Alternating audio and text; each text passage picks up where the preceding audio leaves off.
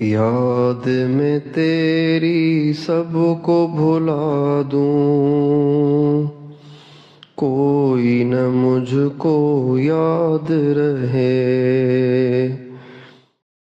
اشہد ان لا الہ الا اللہ وحدہ لا شریک لہ، واشہد ان سیدنا و نبینا و حبیبنا و شفیعنا وقرۃ اعیننا محمد عبدہ ورسولہ صلی اللہ تبارک و تعالی علیہ وعلی آلہ واصحابہ وازواجہ وذریتہ وبارک وسلم تسلیما کثیرا۔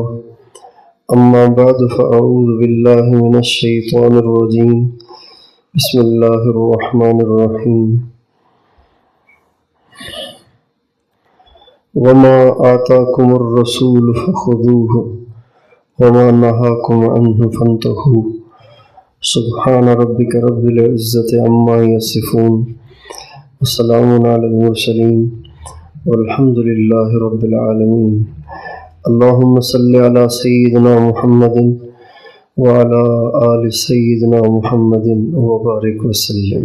دنیا میں رہنے والا انسان کسی نہ کسی کے کہنے پر زندگی گزارتا ہے۔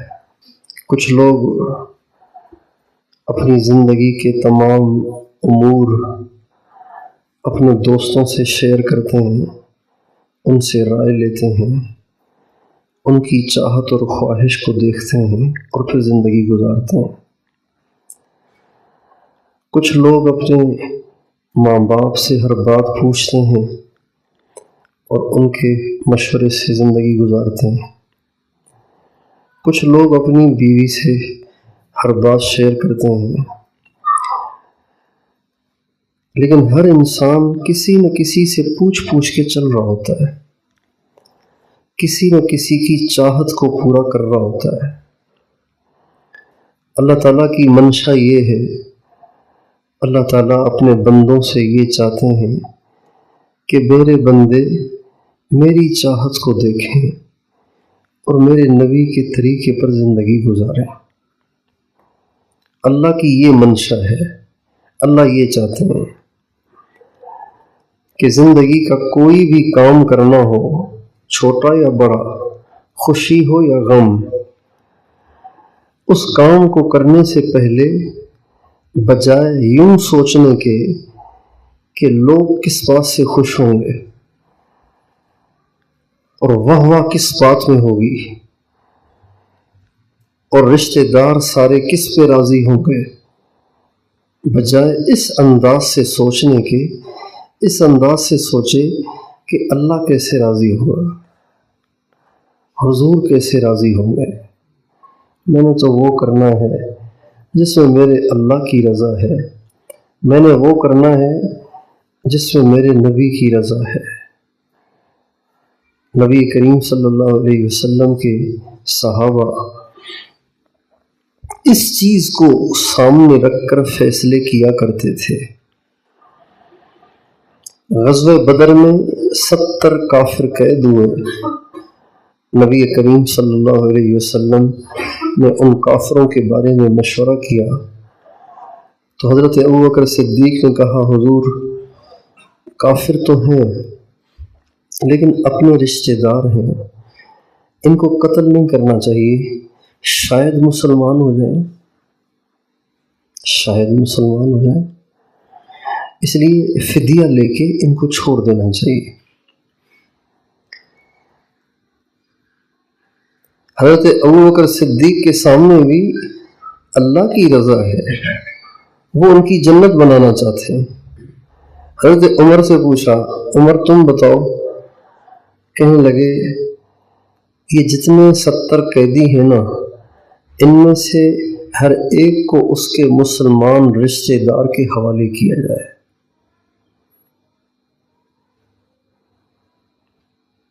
عباس یعنی حضور کے چچا، ان کو حضرت علی کے حوالے کریں،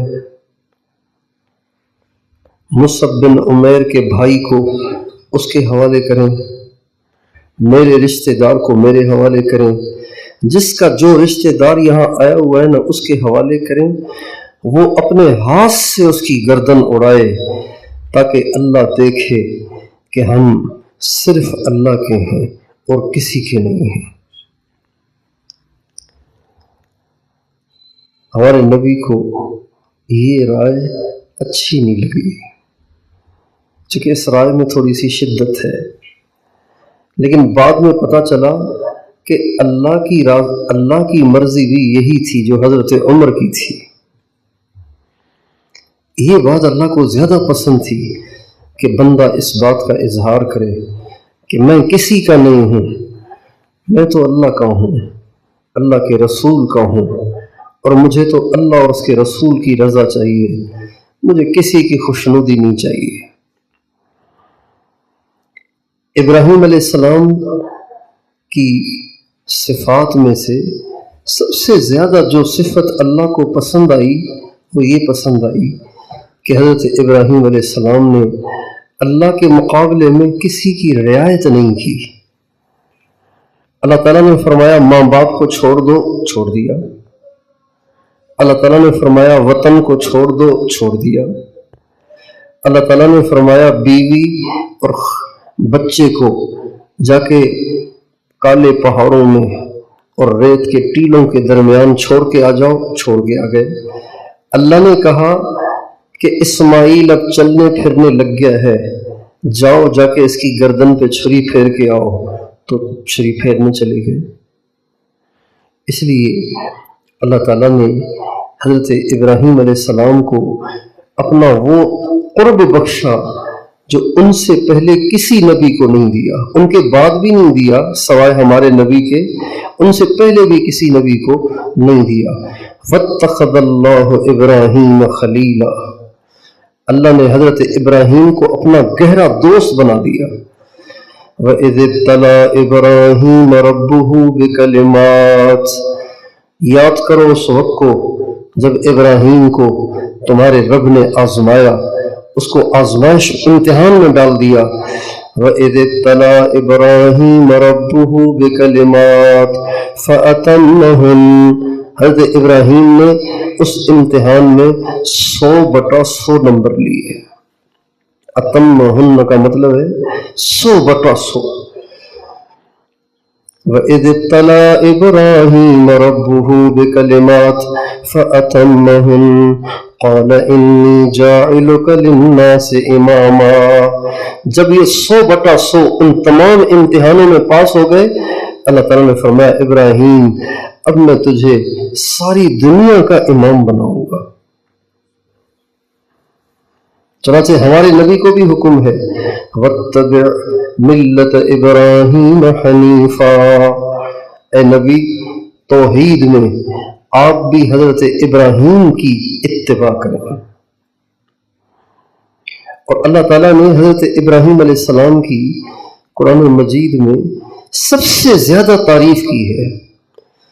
قصہ تو سب سے زیادہ حضرت موسیٰ کا سنایا ہے، لیکن تعریفی کلمات سب سے زیادہ حضرت ابراہیم علیہ السلام کے لیے ہیں۔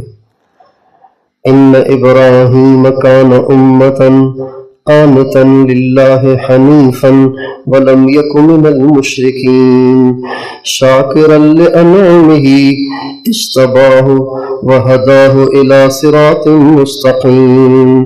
اتنی تعریف اللہ نے کسی نبی کی نہیں کی۔ کیوں؟ اس لیے کہ وہ کسی کے نہیں تھے، وہ صرف اللہ کے تھے۔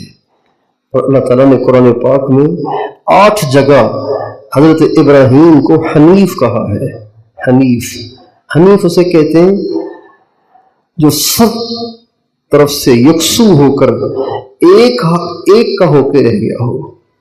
حنیف اسے کہتے ہیں جو ہر طرف سے کٹ کر صرف ایک کا ہو کے رہ گیا ہو، اس کو حنیف کہتے ہیں۔ یعنی اللہ تعالیٰ نے 8 جگہ قرآن میں کہا ہے ابراہیم کسی کا نہیں، ابراہیم صرف میرا ہے۔ اللہ اکبر۔ وَكُلٌّ يَدَّعِي بِوِصَالِ لَيْلَىٰ وَلَيْلَىٰ لَا تُقِرُّ لَهُمْ بِذَاكَ، شاعر کہتا ہے لیلا کا عاشق ہونے کا دعویٰ تو سارے ہی کرتے ہیں، لیکن وہ کتنا خوش قسمت ہے کہ لیلا کہے کہ یہ میرا عاشق ہے.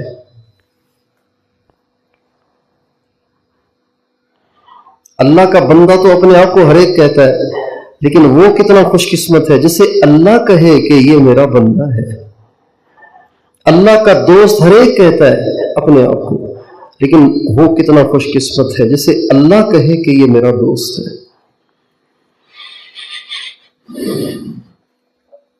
اور ابراہیم علیہ السلام کی امتیازی صفت یہ ہے کہ وہ اپنی مرضی سے کچھ نہیں کرتے، جو کہا جاتا ہے وہ کر رہے ہیں. کہا گیا کر لیا، کہا گیا کر لیا، کہا گیا کر لیا.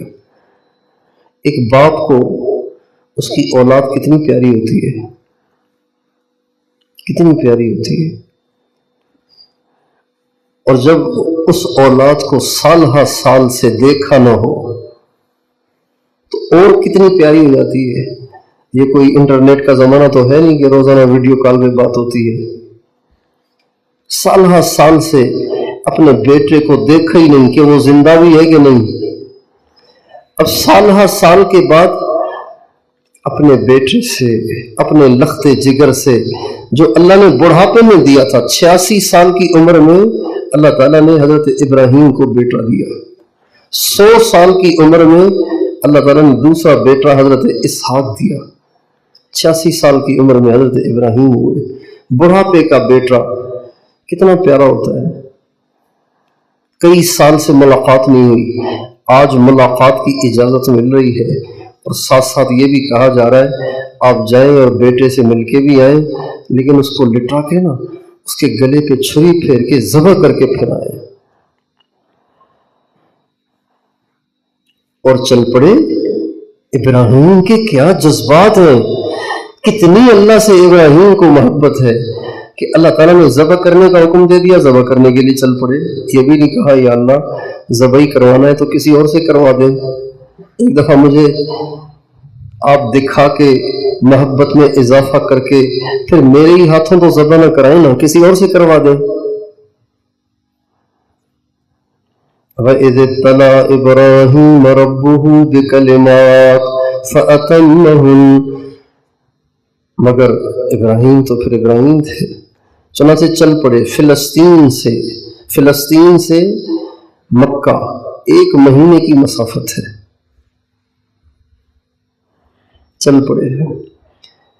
مکہ پہنچے. بیگم نے دیکھا، اوہو حضرت ابراہیم کو دیکھا، کتنی خوش ہوئی ہوں گی. جب ہم 4 مہینے لگا کے گھر پہنچتے ہیں ہماری بیویاں کتنی خوش ہوتی ہیں. 7 مہینے لگا کے پہنچتے ہیں بیویاں کتنی خوش ہوتی ہیں. 1 سال لگا کے پہنچتے ہیں بیویوں کی عید ہوتی ہے اس دن. حضرت ابراہیم کتنے عرصے کے بعد پہنچے ہیں، اور کوئی رابطہ بھی نہیں، کوئی خط و کتابت نہیں، کوئی واٹس ایپ نہیں، کوئی فون نہیں. اللہ اکبر. کوئی اطلاع بھی نہیں. کیا خوشی کا عالم ہوگا. ابراہیم علیہ السلام گھر میں تشریف لائے. بچے کو بتایا گیا کہ بیٹا یہ آپ کے ابا ہیں. کچھ دیر بیٹھے اور پھر اپنی بیگم سے کہنے لگے کہ بیگم اسماعیل کو تیار کرو، میں نے اس کو ایک اپنے دوست سے ملوانا ہے. اگر یوں کہتے نا کہ ذبح کرنا ہے تو خدشہ تھا کہ عورت اتنی ہمت نہ کر سکے اور عورت اللہ تعالیٰ کا حکم پورا کرنے میں رکاوٹ بن جائے. چنانچہ فرمانے لگے اس کو تیار کرو، میں نے اس کو اپنے دوست سے ملوانا ہے. تو عورت نے جلدی سے کپڑے پہنائے، نہلایا، تیار کیا بچے کو، اور بچہ بھی بڑا خوش. زندگی کا پہلا موقع ہے کہ آج باپ کے ساتھ مل کے کہیں جائے گا. چنانچہ جب حضرت ابراہیم نے بچے کو لیا اور لے کے چل پڑے، چلتے چلتے چلتے چلتے جب ایسی جگہ پہنچے جہاں کوئی انسان ذات نہیں تھی، بالکل تنہائی تھی، سنسان تھا علاقہ. منی کے قریب، یہ منی کے قریب ہے وہ جگہ جہاں حضرت ابراہیم کو ذبح کیا گیا تھا. وہاں پہنچے تو ایک جگہ بچے کو بٹھایا اور محبت سے بیٹے کو پاس بٹھا کے کہا یا بنیا، میرے بچے ایک بات کہتا ہوں، انی ارا فی المنام انی اذبحک فانظر ماذا ترى، بیٹا مجھے حکم ہوا ہے کہ میں تجھے ذبح کر دوں، اب تو تھوڑا سا سوچ کے مجھے بتا کیا کرنا چاہیے۔ فانظر کا معنی ہے اچھی طرح سوچو سمجھو پھر جواب دو، بے سوچے جواب نہ دینا، جذباتی جواب نہیں چاہیے، سوچ سمجھ کے جواب دو۔ تو حضرت اسماعیل نے سوچا نہیں، ٹائم نہیں مانگا، ابو میں مشورہ کرتا ہوں امی سے جا کے، یہ بھی نہیں کہا ابو تھوڑا سا ٹائم دے میں ذرا سوچوں، اب یہ تو آسان کام نہیں ہے نا، ذبح ہونا کوئی آسان کام ہوتا ہے، یہ بھی نہیں کہا۔ جو ہی ان کا سوال پورا ہوا ان کا جواب شروع ہوا اور فرمانے لگے یا ابت فعل ما تؤمر ستجدنی ان شاء اللہ من الصابرین، ابو آپ کو اللہ نے جو کہا ہے آپ فوراً کریں، دیر نہ کریں، آپ دیکھنا کہ آپ کا بیٹا آپ کو صبر کر کے دکھائے گا، آپ کا بیٹا چیخے گا بھی نہیں، چلائے گا بھی نہیں، واویلا بھی نہیں کرے گا، آپ کا بیٹا آپ کو صبر کر کے دکھائے گا۔ یہ سارا واقعہ اللہ نے قرآن میں کیوں سنایا ہے؟ کیا مقصد ہے اس کی سنانے کا؟ اس لیے سنایا ہے کہ ایک مومن باپ ایسا ہوتا ہے، ایک مومن بیٹا ایسا ہوتا ہے، ایک مومن عورت ایسی ہوتی ہے۔ ہم کیا مومن ہیں، اذانیں سنتے ہیں، کان پہ جوں بھی نہیں رینگتی، ہم کیسے مومن ہیں؟ حرام صورتیں سامنے آتی ہیں، ہم سے نگاہیں نہیں جھکائی جاتی، ہم کیسے مومن ہیں کہ جن کے کانوں میں جب حرام آوازیں پڑتی ہیں تو سننے لگ جاتے ہیں، کانوں میں انگلیاں ڈالنے کی بجائے سننے لگ جاتے ہیں۔ ہم کیسے مومن ہیں کہ جن سے بد نگاہی نہیں چھوڑی جا رہی، جھوٹ اور غیبت نہیں چھوڑی جا رہی، 2 نمبری نہیں چھوڑی جا رہی، 5 نمازیں ہم سے نہیں پڑھی جا رہی، غصے کو نہیں پیا جا رہا، کوئی زیادتی کرے تو اس کو معاف نہیں کیا جا رہا، اللہ کے نام پہ 40واں حصہ بھی ہم سے نہیں نکالا جا رہا، ہم کیسے مومن ہیں؟ 1 لاکھ اللہ کسی کو دے رہا ہے، 2500 اگر اللہ کے نام پہ دے دے گا تو کون سی قیامت آ جائے گی؟ اگر کسی نے گالی دی ہے اور آپ پی گئے، چپ کر گئے، کون سی قیامت آ جائے گی؟ اللہ کا حکم پورا ہو جائے گا، حضور کی سنت ادا ہو جائے گی۔ نفس کی خواہشات کی وجہ سے آج ہم اللہ کو ناراض کر رہے ہیں۔ ہمارے نوجوان ساری رات فیس بک، یوٹیوب، ٹک ٹاک اور پتہ نہیں کیا کیا دیکھتے رہتے ہیں، اپنے ایمان کو آگ لگاتے رہتے ہیں، اپنے دل کو برباد کر رہے ہوتے ہیں، اپنے دین کو برباد کر رہے ہوتے ہیں اور سوچتے نہیں ہیں کہ اللہ دیکھ رہا ہے۔ یہ اعمال فرشتے میرے نبی کو جا کے سنائیں گے، میرے نبی کے دل پہ کیا بیتے گی جب حضور کو بتایا جائے گا کہ حضور 4 باغ کے اس نوجوان نے آج ساری رات فلم دیکھی ہے، آج ساری رات کسی لڑکی سے گپیں لگائی ہیں، حضور کے دل پہ کیا بیتے گی؟ جب حضور کو فرشتے یہ بتاتے ہوں گے کہ 90% مسلمان اذانیں سن کے مسجد میں نہیں جاتے، تو حضور کے دل پہ کیا بیتے گی؟ جبکہ حضور دنیا سے جاتے جاتے بھی یہ فرما گئے الصلاۃ، نماز نہ چھوڑنا، نماز نہ چھوڑنا، نماز نہ چھوڑنا۔ حضور کے دل پہ کیا بیتے گی؟ اس لیے بھائیو، اللہ تعالیٰ فرماتے وَمَا آتَاكُمُ الرَّسُولُ فَخُذُوهُ وَمَا نَهَاكُمْ عَنْهُ فَانْتَهُوا، جو تمہیں اللہ دے اس کو لے لو، جس سے تمہیں منع کرے اس سے دور رہو۔ گناہ نہیں کرنا، چاہے نفس کتنا اس پر اکسائے، چاہے نفس کتنا گناہ پہ ابھارے، گناہ نہیں کرنا، اللہ ناراض ہوتا ہے اور وہ دیکھ رہا ہے۔ اللہ سے کوئی چھپنے کی جگہ ہوتی اور پھر گناہ کرتے تو اتنی بری بات نہ ہوتی۔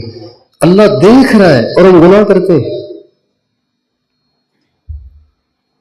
حضرت لقمان نے اپنے بیٹے کو جو نصیحتیں کی تھیں ان میں ایک نصیحت یہ بھی تھی کہ بیٹا اگر کبھی گناہ کرنا ہی ہو تو ایسی جگہ ڈھونڈنا جہاں اللہ نہ دیکھے، اللہ کو دکھا کے نہ کرنا۔ اللہ تعالی ہمیں زندگی اس طرح گزارنے کی توفیق دے کہ ہم ہر کام سے پہلے یہ نہ دیکھیں کہ دنیا کس میں خوش ہوگی، شہرت کس میں زیادہ ہوگی، وہوا کس میں زیادہ ہوگی، میرا نفس سب سے زیادہ کس سے خوش ہوگا، بلکہ زندگی کے ہر چھوٹے اور بڑے کام میں یہ سوچ رکھیں کہ میرے اللہ کی کس میں رضا ہے، میرے آقا کی کس میں رضا ہے۔ اللہ اور اس کے رسول کو راضی کرنا یہ ہم سب کے اوپر فرض عین ہے، اس میں ہماری نجات ہے، اس میں ہماری کامیابی ہے، اس میں ہماری فلاح اور بہبود ہے۔ تو میں آپ ہم سب نیت کریں کہ اپنی پوری زندگی ہمیشہ اس سوچ کے ساتھ گزاریں گے کہ میرے اللہ کی رضا کس میں ہے، میرے نبی کا طریقہ کیا ہے۔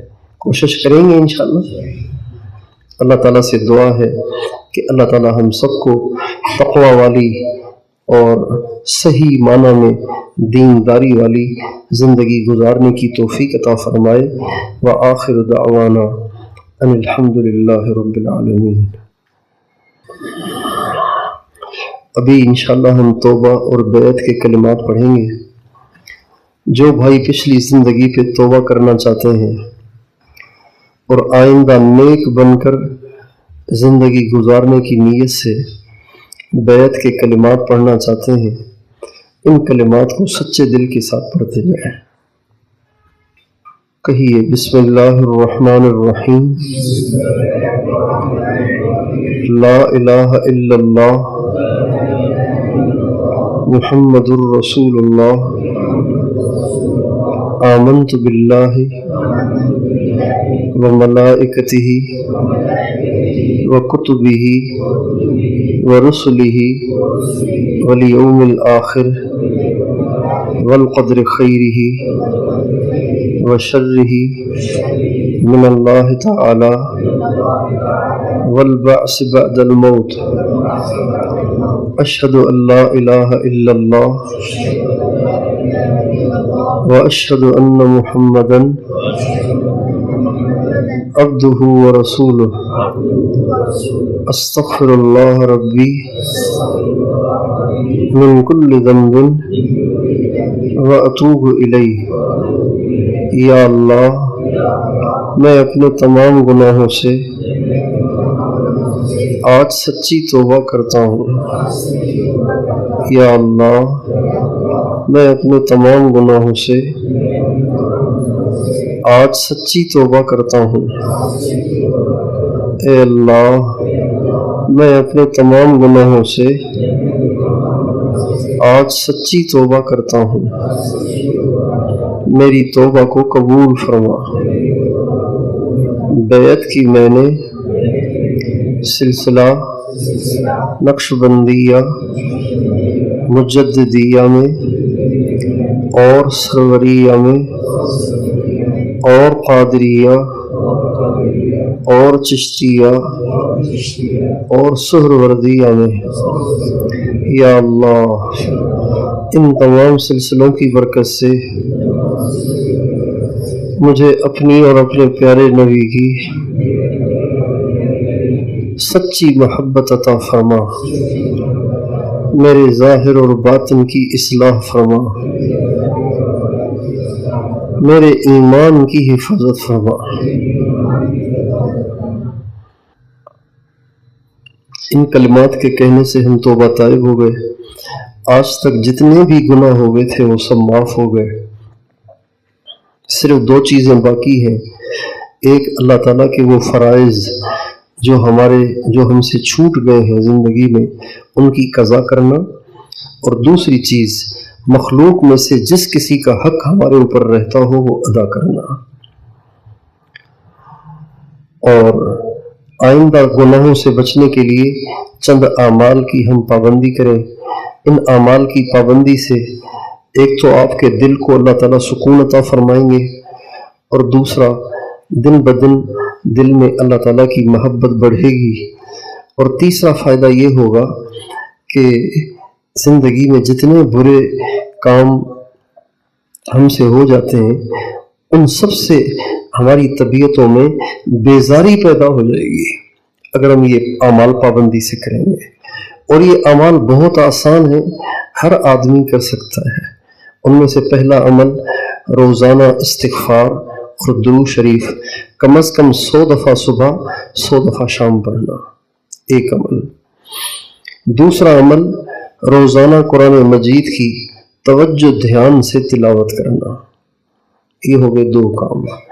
تیسرا کام چلتے پھرتے لیٹے بیٹھے سبق پڑھتے ہوئے، مطالعہ کرتے ہوئے، تکرار کرتے ہوئے طلبہ، اور پڑھتے ہوئے پڑھاتے ہوئے، دکان میں ہو، دفتر میں ہو، بازار میں ہو، کہیں بھی ہو، اپنے دل میں اس بات کا دھیان رکھیں کہ اللہ دیکھ رہا ہے، سن رہا ہے۔ یہ دھیان ہر وقت اپنے دل میں رکھیں۔ یہ ہو گئے 3 کام۔ اور چوتھا کام جو سب سے اہم ہے وہ ہے مراقبہ۔ روزانہ کچھ دیر مراقبے کے لیے یعنی اللہ کو یاد کرنے کے لیے فارغ کریں۔ 15-20 منٹ صبح نکال لیں، 15-20 منٹ شام کو نکال لیں۔ کرنا کیا ہے؟ صرف آنکھیں بند کر کے سر جھکا کے بیٹھ جانا ہے بس، اور یہ خیال کرنا ہے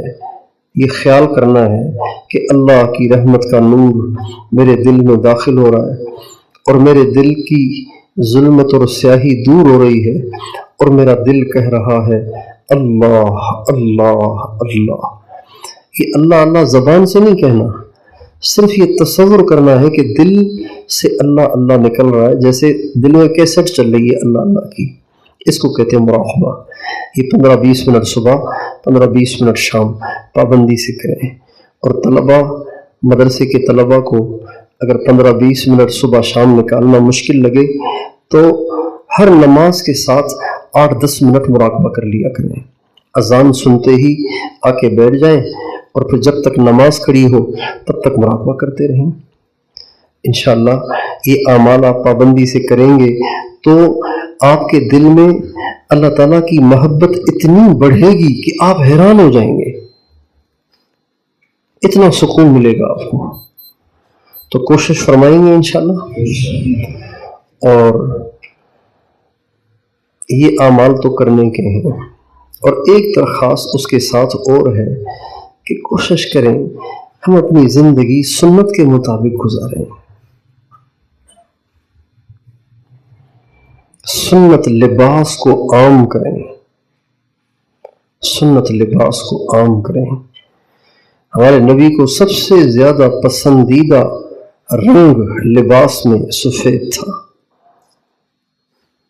سفید لباس کو عام کریں۔ دیکھیں، آپ احرام پہنتے ہیں سفید چادروں میں، کفن پہنتے ہیں سفید چادروں میں،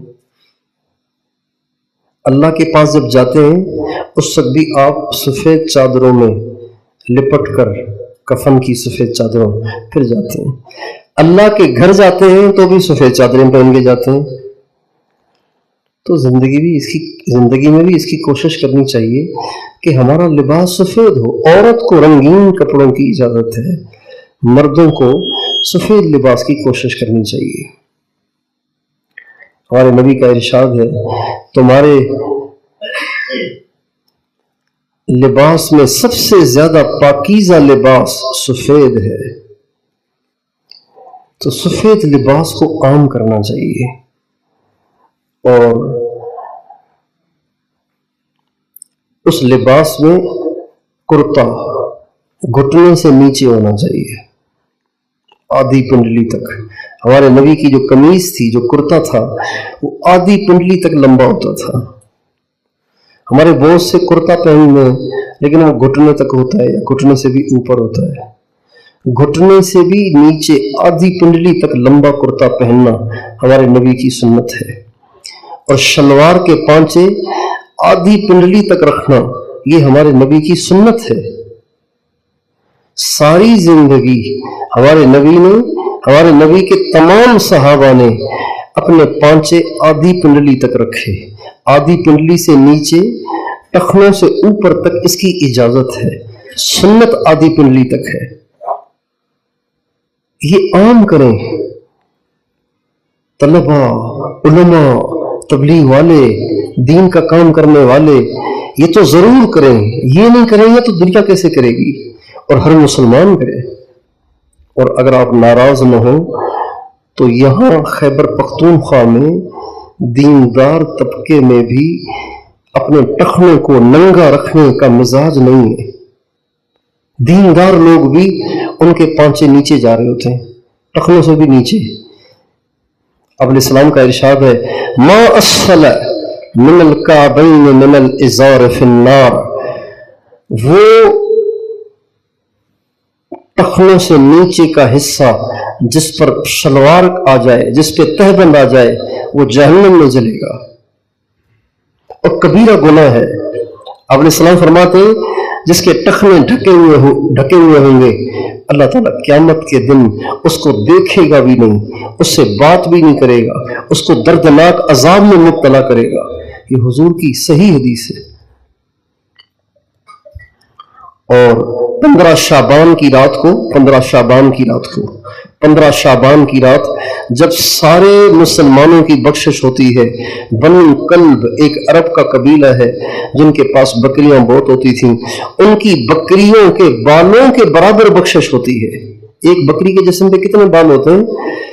ہزاروں بکریوں ان کے خرب بالوں کے بقدر اللہ تعالیٰ 15 شعبان کو مسلمانوں کے گناہ معاف کرتے ہیں. لیکن جو ٹخنے ڈھانکتا ہو، جس کی شلوار ٹخنے تک جاتی ہو، اس کی اللہ بخشش نہیں کرتا.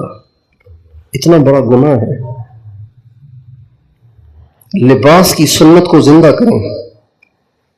کرتا سفید ہو اور آدھی پنڈلی تک ہو، شلوار سفید ہو اور آدھی پنڈلی تک ہو. سلوائیں ہی چھوٹی، یہ نہیں کہ بڑی سلوائیں پر بعد میں اوپر کرتے رہو. اور اس پہ کف نہیں ہونے چاہیے، آستینیں ہونی چاہیے، اس پہ کالر نہیں ہونے چاہیے، سادہ ہونا چاہیے. سنت ہے. اور لباس صرف شلوار اور کرتے کا نام نہیں ہے. لباس سر ڈھانکنے کا نام بھی لباس ہے. سر پہ ٹوپی، کم از کم پگڑی سب سے بہتر، یہ لباس ہے. جس کے سر پہ ٹوپی بھی نہیں ہے، پگڑی بھی نہیں ہے، اس نے آدھا لباس پہنا ہے، آدھا نہیں پہنا. امام ترمذی نے جہاں ہمارے نبی کے لباس کا باب باندھا ہے، وہاں صرف شلوار کرتے کا تذکرہ نہیں کیا، وہاں پگڑی کا بھی تذکرہ کیا ہے، ٹوپی کا بھی تذکرہ کیا ہے. اس سے پتہ چلتا ہے کہ یہ بھی لباس ہے. ایک آدمی صرف شلوار پہن کے بازار میں گھوم رہا ہو، اچھا لگے گا، حالانکہ سطر تو ڈھکا ہوا ہے، لیکن اچھا نہیں لگے گا، اس لیے کہ پورا لباس نہیں پہنا. جیسے کرتا نہ پہنے ہوئے نے پورا لباس نہیں پہنا، سر نہ ڈھانکے ہوئے نے بھی پورا لباس نہیں پہنا، ادھورا لباس پہنا ہے. سر ڈھانکے ٹوپی سے، آخری درجہ سب سے بہتر بات پگڑی سے. پگڑی ہمارے نبی کی مستقل سنت ہے. اب یہ دیندار طبقہ بھی نہیں پہنتا، تبلیغ والے بھی نہیں پہنتے، مدرسوں کے بچے بھی نہیں پہنتے. تو جب یہ نہیں پہنتے، دنیا کیسے پہنے گی؟ اللہ تعالیٰ نے اپنے نبی کی سنت میں اتنی کشش رکھی ہے، کچھ نہ پوچھو. ہم لوگ ایک ملک میں گئے، جانے سے پہلے میں نے اپنے ساتھیوں کو بٹھایا. میں نے کہا بھی ہم جس ملک میں جا رہے ہیں وہاں مسلمان تو بہت تھوڑے ہیں، 1% ہیں، زیادہ غیر مسلم ہیں. تو غیر مسلم کو تو ہم دعوت دیتے نہیں ہیں. تو اب ہم کیا کریں کہ غیر مسلم بھی متاثر ہو اور اس کے بھی اسلام میں داخلے کی صورت پیدا ہو. پھر ساتھیوں سے عرض کیا کہ ہم غیر مسلم کو قولی دعوت نہیں دے سکتے، عملی دعوت تو دے سکتے ہیں نا، عملی دعوت تو دے سکتے ہیں. اور عملی دعوت میں بھی نماز تو وہ ہماری دیکھیں گے نہیں، چونکہ نماز ہم مسجد میں پڑھیں گے، کمرے میں پڑھیں گے. اور ہمارے معاملات بھی نہیں دیکھیں گے، اس لیے کہ ہم تو کاروبار کرنے نہیں جا رہے کہ وہ ہمارے معاملات کو دیکھیں. کیا دیکھیں گے؟ وہ ہمارے وجود کو دیکھیں گے. ہم اپنے وجود کو اپنے نبی کی سنت کے ساتھ ایسا مزین کریں کہ دیکھتے ہی ان کا دل کھچے کہ یار یہ کیسے لوگ ہیں. چنانچہ ہمارے سارے ساتھیوں نے یہیں سے سفید لباس سلوایا، پگڑیاں لیں، اور پورا سنت کے مطابق ہم نے اپنے لباس بنائے. پھر اس ملک میں داخل ہوئے. پھر کیا کرتے تھے؟ ہم صبح کو دو ہو کے سارے نکل جاتے، سفید پگڑیاں، سفید لمبا لباس، نظریں نیچی، اور جا رہے ہیں، ادھر جا رہے ہیں، ادھر جا رہے ہیں، بازاروں میں، گلیوں میں گھوم، کسی سے بات نہیں کرتے تھے. سچ پوچھئے صرف اس حلیے کو دیکھ کر اتنے لوگ مسلمان ہوئے کہ جن کی مجھے گنتی بھی یاد نہیں ہے. اور وہ کہتے کیا تھے؟ وہ خود قریب آتے اور کہتے جیسے آپ ہیں ایسے ہم ہو سکتے ہیں. آپ لوگوں میں اتنی کشش کیوں ہے؟ آپ لوگوں کو دیکھ کے سکون کیوں ملتا ہے؟ اتنا دل کیوں کھنچتا ہے آپ لوگوں کی طرف؟ ان کی عورتیں کپڑے بہت معمولی پہنتی تھیں، لیکن جو ہی ہم کسی بازار میں داخل ہوتے اور وہاں عورتیں کھڑی ہوتی تو وہ ہمیں دیکھ کے دکانوں کے اندر چھپ جاتی تھی، سامنے نہیں آتی تھی. ایک عورت، ایک دکان پہ ہم گئے تو اس دکان پہ ایک کرسچن لڑکی تھی. تو میں نے دکان کا جو مالک تھا، میں نے اس سے کہا کہ اس بچی سے کہو کہ میں تم سے کچھ بات کرنا چاہتا ہوں. تو وہ پیچھے چھپ کے کھڑی ہو گئی تھی. ایک وہ کاؤنٹر رکھا ہوا تھا، اس کے پیچھے وہ چھپی ہوئی تھی. تو ایک دم قریب آ گئی. میں نے اس سے بات کی، مرنا ہے، اللہ کے سامنے پیشی ہوگی. اپنے اللہ نے ہمارے پاس ایک نبی بھیجے ہیں جو سارے نبیوں کے سردار ہیں، ہمیں ان کی اتباع کرنی ہے. چند جملے میں نے ان کو کہے تو وہ عورت کہنے لگی آپ حضرت عیسیٰ تو نہیں ہیں؟ ہم نے کہا نہیں، ہم عیسیٰ نہیں ہیں، البتہ ہمیں ان سے مشابہت ضرور ہے. تو کہنے لگی کہ میں نے کہا وہ بھی مسلم تھے، ہم بھی مسلم ہیں. کہا وہ مسلم تھے، وہ کرسچن نہیں تھے؟ میں نے کہا نہیں، کرسچن تو بعد کی پیداوار ہے، وہ تو مسلم تھے. کہنے لگی پھر ہمیں بھی مسلم ہونا چاہیے. میں نے کہا بالکل ہونا چاہیے. کہنے لگی کیا کرنا چاہیے؟ میں نے کہا بس یہی کرنا چاہیے، اللہ کو ایک ماننا چاہیے اور سارے نبیوں پہ ایمان لانا چاہیے، لیکن اتباع صرف حضرت محمد صلی اللہ علیہ وسلم کی کرنی چاہیے، بس ہم کامیاب ہو جائیں گے. اسی وقت اس نے کلمہ پڑھا، مسلمان ہوئی. ہم نے اس کا نام رکھا عائشہ اور اس کو تسبیح دی. میں نے کہا آپ اس تسبیح پہ ذکر کرنا. کہا کیا؟ میں نے کہا کہنا او مائی گاڈ، او مائی گاڈ، او مائی گاڈ. چونکہ اس کو اور تو کچھ آتا نہیں تھا بیچاری کو. او مائی گاڈ، یا اللہ یا اللہ یا اللہ. اس نے تسبیح کو لیا اور چومتی رہی اور آنکھوں پہ رکھتی رہی اور جھک جھک کے شکریہ ادا کرتی رہی اور کہنے لگی بس یہ چند جملے کہنے اور سننے کے بعد اب دل اتنا پرسکون ہے، اتنا دل ٹھنڈا ہے کہ جس کا ہم اظہار نہیں کر سکتے. تو ہم اپنے لباس کو سنت کے مطابق بنائیں، پگڑی کو عام کریں،